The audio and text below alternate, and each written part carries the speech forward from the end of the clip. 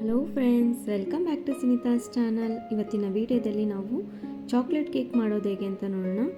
Egg ಇಲ್ಲದೆ ಮತ್ತು ಅವೆನೂ ಇಲ್ಲದೆ ಚಾಕ್ಲೇಟ್ ಕೇಕ್ ಮಾಡೋದು ಹೇಗೆ ಅಂತ ನೋಡೋಣ. ತುಂಬ ಸುಲಭವಾಗಿ ಮತ್ತು ಅಷ್ಟೇ ಸಾಫ್ಟ್ ಆಗಿರುವಂತಹ ಬೇಕ್ರಿಯಲ್ಲಿ ಸಿಗುವಂತಹ ಚಾಕ್ಲೇಟ್ ಕೇಕ್ ನಾವು ಮನೆಯಲ್ಲೇ ಆರಾಮಾಗಿ ಮಾಡ್ಕೋಬೋದು. ಹಾಗಿದ್ರೆ ಯಾವ ರೀತಿಯಾಗಿ ಮಾಡೋದು ಅಂತ ನೋಡೋಣ ಬನ್ನಿ. ನಾನಿಲ್ಲಿ ಮೊದಲನೇದಾಗಿ ಕೇಕ್ ಮೌಲ್ಡನ್ನು ತೊಗೊಂಡಿದ್ದೀನಿ. ನಿಮ್ಮ ಹತ್ರ ಕೇಕ್ ಮೌಲ್ಡ್ ಇಲ್ಲ ಅಂದರೆ ಯಾವುದಾದ್ರೂ ಬಾಕ್ಸ್ ಇರುತ್ತಲ್ವ, ಅದನ್ನು ಸಹ ನೀವು ಯೂಸ್ ಮಾಡ್ಕೋಬೋದು. ಈ ರೀತಿಯಾಗಿ ಅದಕ್ಕೆ ಒಂದು ಸ್ವಲ್ಪ ಆಯಿಲನ್ನು ಹಾಕ್ಕೊಂಡು ಈ ರೀತಿ ನೀಟಾಗಿ ಅಪ್ಲೈ ಮಾಡ್ಕೊಳ್ಳಿ. ಈ ರೀತಿ ಅಪ್ಲೈ ಮಾಡ್ಕೊಂಡಾದಮೇಲೆ ನಾನು ಬಟರ್ ಪೇಪರ್ನ ಈ ರೀತಿಯಾಗಿ ಕಟ್ ಮಾಡಿ ಇಟ್ಕೊಂಡಿದ್ದೀನಿ. ನಿಮ್ಮ ಹತ್ರ ಬಟರ್ ಪೇಪರ್ ಇಲ್ಲ ಅಂದರೆ ನಿಮ್ಮ ಹತ್ರ ವೈಟ್ ಶೀಟ್ ಯಾವುದಾದ್ರೂ ಇರುತ್ತಲ್ವ, ಅದನ್ನು ಸಹ ನೀವು ಈ ರೀತಿಯಾಗಿ ಕಟ್ ಮಾಡಿಕೊಂಡು ಹಾಕೋಬೋದು. ಹಾಕ್ಕೊಂಡಾದ್ಮೇಲೆ ಅದಕ್ಕೂ ಸಹ ಸ್ವಲ್ಪ ಆಯಿಲನ್ನು ಅಪ್ಲೈ ಮಾಡ್ಕೊಳ್ಳೋಣ. ಅದೆಲ್ಲ ಆಯಿಲೆಲ್ಲ ಹಚ್ಕೊಂಡಾದಮೇಲೆ ನೋಡಿ, ಈ ರೀತಿ ಸ್ವಲ್ಪ ಹೈಟಲ್ಲಿದ್ದರೆ ಕೇಕು ಸ್ವಲ್ಪ ಸಾಫ್ಟಾಗಿ ಬರುತ್ತೆ. ಹಾಗಾಗಿ ಅದಾದಮೇಲೆ ನೋಡಿ, ನಾನು ಒಂದು ಕುಕ್ಕರನ್ನು ತೊಗೊಂಡಿದ್ದೀನಿ. ಅದರಲ್ಲಿ ಸ್ವಲ್ಪ ಸಾಲ್ಟ್ ಹಾಕ್ಕೊತಾ ಇದ್ದೀನಿ. ಸಾಲ್ಟನ್ನು ಕರೆಕ್ಟಾಗಿ ಈ ರೀತಿ ಹಾಕ್ಕೊಂಡಾದ್ಮೇಲೆ ಯಾವುದಾದ್ರೂ ಈ ರೀತಿ ಸ್ಟ್ಯಾಂಡ್ ಇರುತ್ತಲ್ಲ, ಆ ಸ್ಟ್ಯಾಂಡನ್ನು ಇಟ್ಕೋಬೇಕು. ಸ್ಟ್ಯಾಂಡ್ ಇಲ್ಲ ಅಂದರೆ ನಿಮ್ಮ ಹತ್ರ ಪ್ಲೇಟನ್ನು ಸಹ ಇಟ್ಕೊಂಡು ಕ್ಯಾಪನ್ನು ಕ್ಲೋಸ್ ಮಾಡಿ ಒಂದು ಮೀಡಿಯಮ್ ಫ್ಲೇಮಲ್ಲಿ ಬಿಸಿ ಮಾಡಲಿಕ್ಕೆ ಇಟ್ಕೊಳ್ಳೋಣ, ಹೀಟ್ ಮಾಡ್ಕೊಳ್ಳಿಕ್ಕೆ.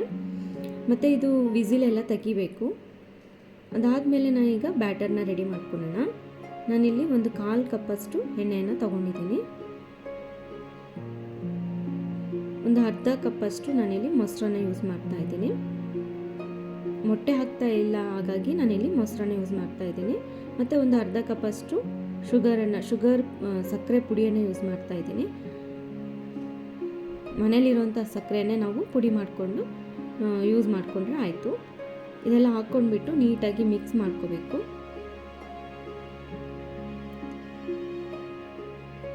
ಹಾಕಿರೋದು ಎಲ್ಲ ಇಂಗ್ರೀಡಿಯೆಂಟ್ಸು ನೀಟಾಗಿ ಮಿಕ್ಸ್ ಆಗೋ ರೀತಿಯಲ್ಲಿ ಚೆನ್ನಾಗಿ ಸಾಫ್ಟಾಗಿ ಆಗೋವರೆಗೂ ನೀಟಾಗಿ ಮಿಕ್ಸ್ ಮಾಡ್ಕೊಳ್ಳಿ. ಇದೇ ರೀತಿಯಾಗಿ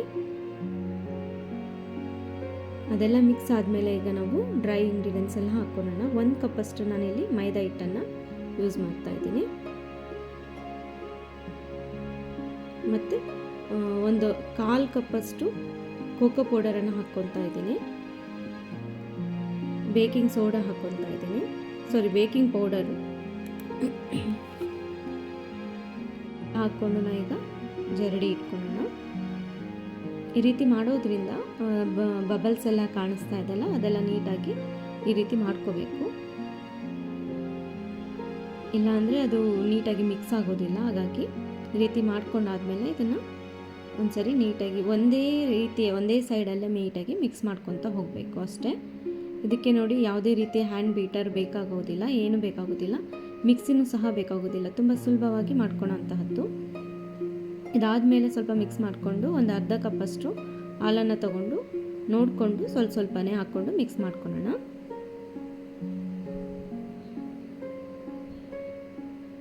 ನೋಡಿ, ಈ ರೀತಿಯೂ ಕಟ್ ಆ್ಯಂಡ್ ಫೋಲ್ಡ್ ಅಂತ ಹೇಳ್ತಾರೆ. ಈ ರೀತಿ ಮಾಡ್ಕೊಳೋದನ್ನು, ನಿಮ್ಗೆ ಈ ರೀತಿ ಬರಲ್ಲ ಅಂತಂದರೆ ಒಂದೇ ಸೈಡಲ್ಲಿ ಸ್ಟಾರ್ಟ್ ಮಾಡಿದಾಗ ನಾವು ಒಂದೇ ಸೈಡಲ್ಲಿ ಸ್ಟಾರ್ಟ್ ಮಾಡ್ಕೊಂಡಿರ್ತೀವಲ್ಲ, ಆ ರೀತಿಯಾಗಿ ಸಹ ನೀವು ಮಾಡ್ಕೋಬೋದು. ಇನ್ನೊಂದು ಸ್ವಲ್ಪ ಹಾಲು ಹಾಕ್ಕೊಳ್ಳೋಣ. ನೋಡಿಕೊಂಡು ನಿಮಗೆ ಎಷ್ಟು ಬೇಕಂತ ಅಷ್ಟು ನೋಡಿಕೊಂಡು ಹಾಲನ್ನು ಹಾಕ್ಕೊಂಡು ಮಿಕ್ಸ್ ಮಾಡ್ಕೋಬೇಕು.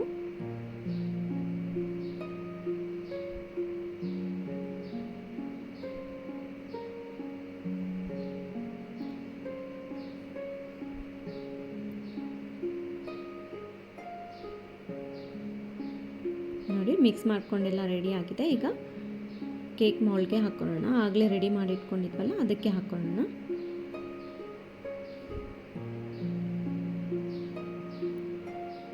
ಒಂದು ಸ್ವಲ್ಪ ಹೈಟಲ್ಲಿ ನಾವು ಬಟರ್ ಪೇಪರ್ನ ಹಾಕ್ಕೊಳೋದ್ರಿಂದ ಕೇಕು ಡ್ರೈ ಆಗೋದಿಲ್ಲ. ಮೇಲ್ವರೆಗೂ ಬಂದ್ರೂ ಸಹ ಅದು ನೀಟಾಗಿ ಕುಕ್ ಆಗುತ್ತೆ. ಹಾಗಾಗಿ ನಾನು ಈ ರೀತಿ ಬಟರ್ ಪೇಪರ್ನ ಸ್ವಲ್ಪ ಹೈಟಲ್ಲಿ ಹಾಕ್ಕೊಂಡಿದ್ದೀನಿ. ಈಗ ಇದನ್ನು ಕುಕ್ಕರಲ್ಲಿ ಇಟ್ಕೊಳ್ಳೋಣ. ನೋಡಿ, ಈ ರೀತಿಯಾಗಿ ಇಟ್ಬಿಟ್ಟು ನೀಟಾಗಿ ಕ್ಲೋಸ್ ಮಾಡ್ಕೋಬೇಕು. ಕುಕ್ಕರ್ದು ವಿಸಿಲ್ ಮತ್ತು ಗ್ಯಾಸ್ಕೆಟನ್ನು ತೆಗಿಬೇಕಾಗುತ್ತೆ. ಇದನ್ನು ನಾವು 35ರಿಂದ 40 ನಿಮಿಷದವರೆಗೂ ಕುಕ್ ಮಾಡಿಕೊಂಡ್ರೆ ಸಾಕಾಗುತ್ತೆ. ಈಗ ನೋಡಿ, 40 ಮಿನಿಟ್ಸ್ ಆಗಿದೆ. ಆದಮೇಲೆ ಕುಕ್ ಆಗಿದೆನಾ ಅಂತ ಚೆಕ್ ಮಾಡ್ಕೊಳ್ಳೋಣ. ನೋಡಿ, ಚಾಕುಗೆ ಏನೂ ಹತ್ತಿಲ್ಲ, ಹಾಗಾಗಿ ಇದು ಬೇಕಾಗಿದೆ ಅಂತ. ಈಗ ಇದನ್ನು ತೆಗೆದು ಇಟ್ಕೊಳ್ಳೋಣ. ಇದನ್ನು ಸ್ವಲ್ಪ ತಣ್ಣಗಾಗಬೇಕು. ತಣ್ಣಗಾಗೋವರೆಗೂ ಬಿಡಬೇಕಾಗುತ್ತೆ ನಾವು. ಅದಕ್ಕೆ ಈ ರೀತಿ ಮೇಲ್ಗಡೆ ಡ್ರೈ ಆಗಬಾರ್ದು ಅಂದರೆ ಯಾವುದಾದ್ರೂ ಒಂದು ಬಟ್ಟೆಯನ್ನು ಈ ರೀತಿ ಮುಚ್ಚಿಬಿಟ್ಟು ಇಟ್ಕೊಂಡು ಸ್ವಲ್ಪ ತಣ್ಣಗಾದ್ಮೇಲೆ ತೆಗಿಯೋಣ. ಅಷ್ಟರಲ್ಲೇ ನಾವೀಗ ಇದು ಮೇಲ್ಗಡೆ ಹಾಕಲಿಕ್ಕೆ ಸ್ವಲ್ಪ ಚಾಕ್ಲೇಟ್ ಸಾಸನ್ನು ರೆಡಿ ಮಾಡ್ಕೊಳ್ಳೋಣ. ನಾನಿಲ್ಲಿ ಒಂದು 1/4 ಕಪ್ಪಷ್ಟು ಕೋಕೋ ಪೌಡರನ್ನು ಹಾಕ್ಕೊತಾ ಇದ್ದೀನಿ. ಮತ್ತು 1 ಸ್ಪೂನಷ್ಟು ಕಾರ್ನ್ಫ್ಲೋರನ್ನು ಹಾಕ್ಕೊತಾ ಇದ್ದೀನಿ. 1/4 ಸ್ಪೂನಷ್ಟು ಶುಗರ್ ಪೌಡರ್ ಹಾಕ್ಕೊತಾ ಇದ್ದೀನಿ. ನಿಮಗೆ ಬೇಡ ಅಂದರೆ ಸಕ್ಕರೆ ಇದ್ದರೆ ಸಕ್ಕರೆನೂ ಸಹ ಹಾಕ್ಕೋಬೋದು. ಹಾಕ್ಕೊಂಡು ನೀಟಾಗಿ ಈ ರೀತಿ ಫಸ್ಟ್ ನಾವು ಮಿಕ್ಸ್ ಮಾಡ್ಕೋಬೇಕು. ಗಂಟುಗಳೆಲ್ಲ ನೀಟಾಗಿ ಹೊಡೆದು ಎಲ್ಲದನ್ನು ನೀಟಾಗಿ ಮಿಕ್ಸ್ ಆಗೋವರೆಗೂ ನೀಟಾಗಿ ಮಿಕ್ಸ್ ಮಾಡ್ಕೊಂಡ್ಮೇಲೆ ಸ್ವಲ್ಪ ಸ್ವಲ್ಪ ಹಾಲು ಹಾಕ್ಕೊಂಡು ಮಿಕ್ಸ್ ಮಾಡ್ಕೊಳ್ಳೋಣ.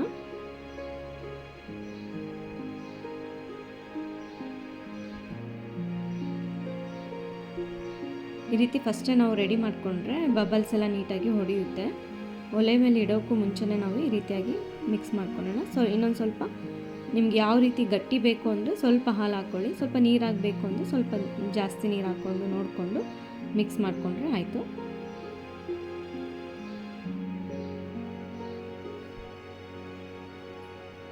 ನೋಡಿ ಮಿಕ್ಸ್ ಮಾಡ್ಕೊಂಡಾದ್ಮೇಲೆ ಈಗ ಒಲೆ ಮೇಲೆ ಇಟ್ಕೊಂಡು ಅದೇ ರೀತಿಯಾಗಿ ಮಿಕ್ಸ್ ಮಾಡ್ಕೊತಾನೇ ಇರಬೇಕು. ನೋಡಿ ಈಗ ಕುದಿ ಬಂದಿದೆ. ಈಗ ನಿಮಗೆ ಯಾವ ರೀತಿ ಗಟ್ಟಿ ಬೇಕಾದರೆ ನೋಡಿಕೊಂಡು, ತುಂಬ ಗಟ್ಟಿ ಬೇಕು ಅಂದರೆ ಕ್ರೀಮ್ ರೀತಿ ಬೇಕು ಅಂದರೆ ಇನ್ನೊಂದು ಸ್ವಲ್ಪ ಮಾಡ್ಕೋಬೇಕಾಗುತ್ತೆ. ಇಲ್ಲಾಂದರೆ ಈ ರೀತಿ ಮಾಡಿಕೊಂಡ್ರೆ ಸಾಕಾಗುತ್ತೆ. ಇಷ್ಟಾದಮೇಲೆ ಸ್ವಲ್ಪ ಬಟರನ್ನು ಹಾಕ್ಕೊತಾ ಇದ್ದೀನಿ. ಬಟರ್ ಹಾಕ್ಕೊಳೋದ್ರಿಂದ ಮೇಲ್ಗಡೆ ಚಾಕ್ಲೇಟ್ ಸಾಸ್ ಎಲ್ಲ ಒಂದು ಸ್ವಲ್ಪ ಶೈನಿ ಅಂತ ಅನಿಸುತ್ತೆ. ಹಾಗಾಗಿ ನಾನಿಲ್ಲಿ ಬಟರನ್ನು ಯೂಸ್ ಮಾಡ್ತಾ ಇದ್ದೀನಿ.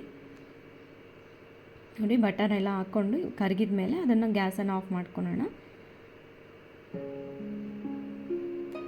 ಈಗ ಕೇಕ್ ತಣ್ಣಗಾಗಿದೆ ಅಂತ ಚೆಕ್ ಮಾಡ್ಕೊಳ್ಳೋಣ. ನೋಡಿ ಈಗ ಪೂರ್ತಿ ಕೇಕು ತಣ್ಣಗಾಗಿದೆ. ಈಗ ಇದನ್ನು ಮೌಲ್ಡಿಂದ ತೆಗಿಯೋಣ. ಈ ರೀತಿ ಪ್ಲೇಟ್ಗೆ ಹಾಕ್ಕೊಂಡ್ಬಿಟ್ಟು ಮೌಲ್ಡ್ನ ಈ ರೀತಿ ಓಪನ್ ಮಾಡ್ಕೋಬೇಕು. ನೋಡಿ ಬಟರ್ ಪೇಪರ್ ಮೌಲ್ಡ್ಗೆ ಹತ್ಕೊಂಡ್ಬಿಟ್ಟಿದೆ. ಈಗ ಸೈಡಲ್ಲಿರುವಂಥ ಬಟರ್ ಪೇಪರ್ನೆಲ್ಲ ತೆಗಿಯೋಣ. ನೋಡಿ ಎಷ್ಟು ಸಾಫ್ಟಾಗಿ ಬಂದಿದೆ. ಬೇಕ್ರಿಯಲ್ಲಿ ಸಿಗೋದಕ್ಕಿಂತ ಮನೇಲಿ ಮಾಡ್ಕೊಳೋಂಥ ಕೇಕೆ ತುಂಬ ಸಾಫ್ಟಾಗಿ ಬಂದಿದೆ. ಮುಟ್ಟಿದರೆ ಎಷ್ಟು ಸಾಫ್ಟಾಗಿ ಬಂದಿದೆ ನೋಡಿ, ತುಂಬಾ ಸಾಫ್ಟಾಗಿ ಬಂದಿದೆ. ಈಗ ಇದಕ್ಕೆ ಮೇಲ್ಗಡೆ ಚಾಕ್ಲೇಟ್ ಸಾಸ್ನ ರೆಡಿ ಮಾಡ್ಕೊಂಡಿದ್ವಲ್ಲ ಅದನ್ನು ಹಾಕ್ಕೊಳ್ಳೋಣ.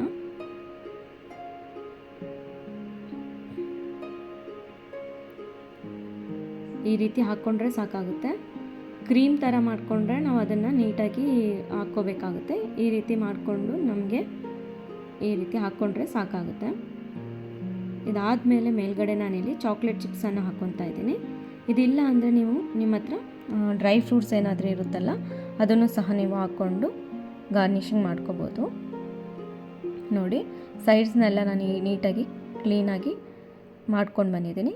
ಈಗ ಎಷ್ಟು ಸಾಫ್ಟಾಗಿ ಬಂದಿದೆ ಅಂತ ನೋಡೋಣ. ಕಟ್ ಮಾಡ್ತಾ ಇದ್ದರೆ ಎಷ್ಟೊಂದು ಸಾಫ್ಟಾಗಿ ಬಂದಿದೆ ನೋಡಿ. ಇದನ್ನು ಬೇಕಿದ್ರೆ ನೀವು ಫ್ರಿಜ್ಜಲ್ಲೂ ಸಹ ಇಟ್ಕೊಂಡು ಯೂಸ್ ಮಾಡ್ಬೋದು. ಇಲ್ಲಾಂದರೆ ಅದೇ ಡೈರೆಕ್ಟಾಗಿ ಹಾಗೇ ಆರಾಮಾಗಿ ಮಾಡ್ಕೋಬೋದು.